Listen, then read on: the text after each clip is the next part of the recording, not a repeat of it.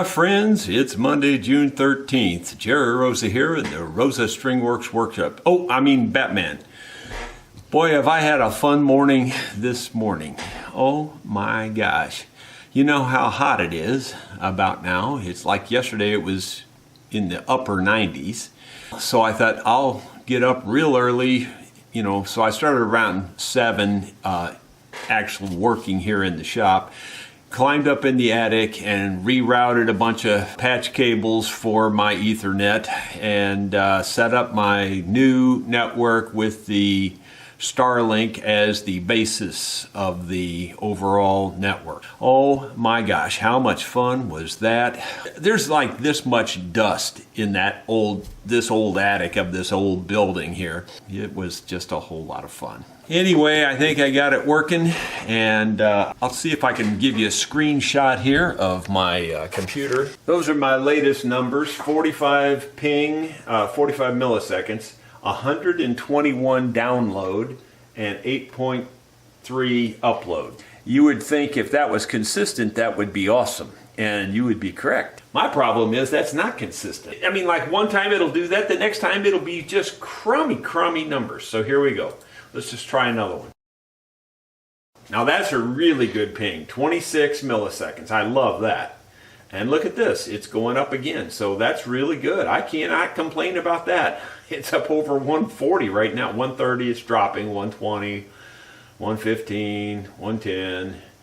It dropped down to 102, but heck, I'm not complaining about that. I mean, if it stays over 20, I'm real happy. And then my upload speed, real good right now. I mean, that's awesome. It's bumping 10 there. It went 10.22.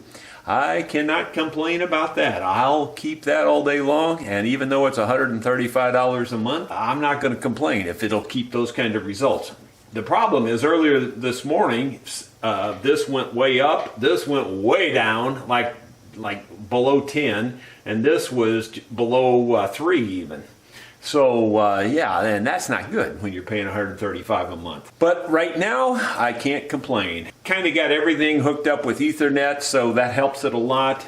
The Ethernet did make a big change in my speed on this. I didn't expect it to make that much difference because other people check it with wireless and they don't seem to need the Ethernet. But in my case, it looks like Ethernet made a huge difference. And I'll tell you, one of the things that made even more difference with the Ethernet is this. What is this? That is called an Ethernet switch. It's like a smart switch, if you will. This one is just a 5-port gigabit desktop switch. It's got one real fast port, and the other ones are fast enough, And anyway, it's a real good little switch. It's only like $15. I mean, you can't beat it. I bought 3 of them. I bought one first to test it out, and I went, wow, where have these been all my life? And I bought 2 more. And I have 2 of them deployed. The third one is just kind of here as a spare at the moment. There are ways to use those that I just didn't realize. For instance, in my man cave, I was doing everything wirelessly back to my second extender. You understand, this is really a complicated network setup. Only Batman could handle this.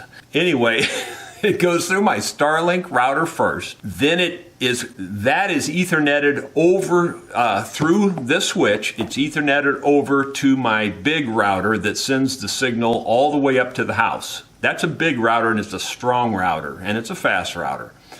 And then at the front of the house, there's another router, and then at the back of the house, there's another router. So then by the time I get into my man cave, I'm talking to the back router, and I was trying to do that wirelessly. What I did was I ran an Ethernet cable from that back router all the way into the man cave. Then I hooked up this switch on that Ethernet cable. Then I could run my PC, my TV, and anything else I want to run. So I get 4 more devices in my man cave that I could actually hook up to this. So I have 2 of them used right now. So I have 2 spares. So it really is a cool little product for only $15. These things are worth their weight in gold. I don't know why I never got onto those before, but once I did get onto them, I got onto them. Enough about my network situation. It looks like things are looking up now for the Shop Talks. They ought to be golden. Knock on wood. I can't even believe I said that. Let me tell you about Mountain View. It was good, and it was even better. No, we had a great time at Mountain View. It was really nice. Very good weather. Couldn't hardly ask for better weather. I think there was one little shower passed through, but it was just a shower. It was no big deal, no consequence at all. And everything was awesome. And then this happened, and I'll show you a picture on the screen. Did you see that? Could you tell what that was? Yeah, that was an ice cube with a fly in the middle of it. Oh my gosh. Have you ever bought a bag of ice like at Walmart or in one of these big ice freezer things? You just buy a big bag of ice and you take it home and you think it's good and clean, right? Not so much. Yeah, that was a frozen fly inside one of my ice cubes, and that wouldn't have been too much of a problem had I noticed it on the way into the cup. The problem is I noticed it on the way out, which you know what that means. That means I drank everything. Oh, it's just gross. Okay, back to Mountain View.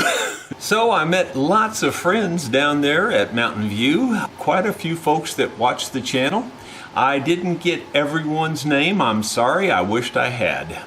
But I did get the names of Dave and Carol Geisler. They're viewers of the channel, so it was nice meeting you, Dave and Carol. Hope you enjoyed it. I know they sat in and watched one of our jams one evening.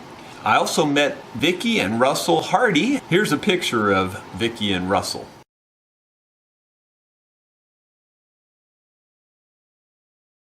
And I believe they have recently relocated to Mountain View.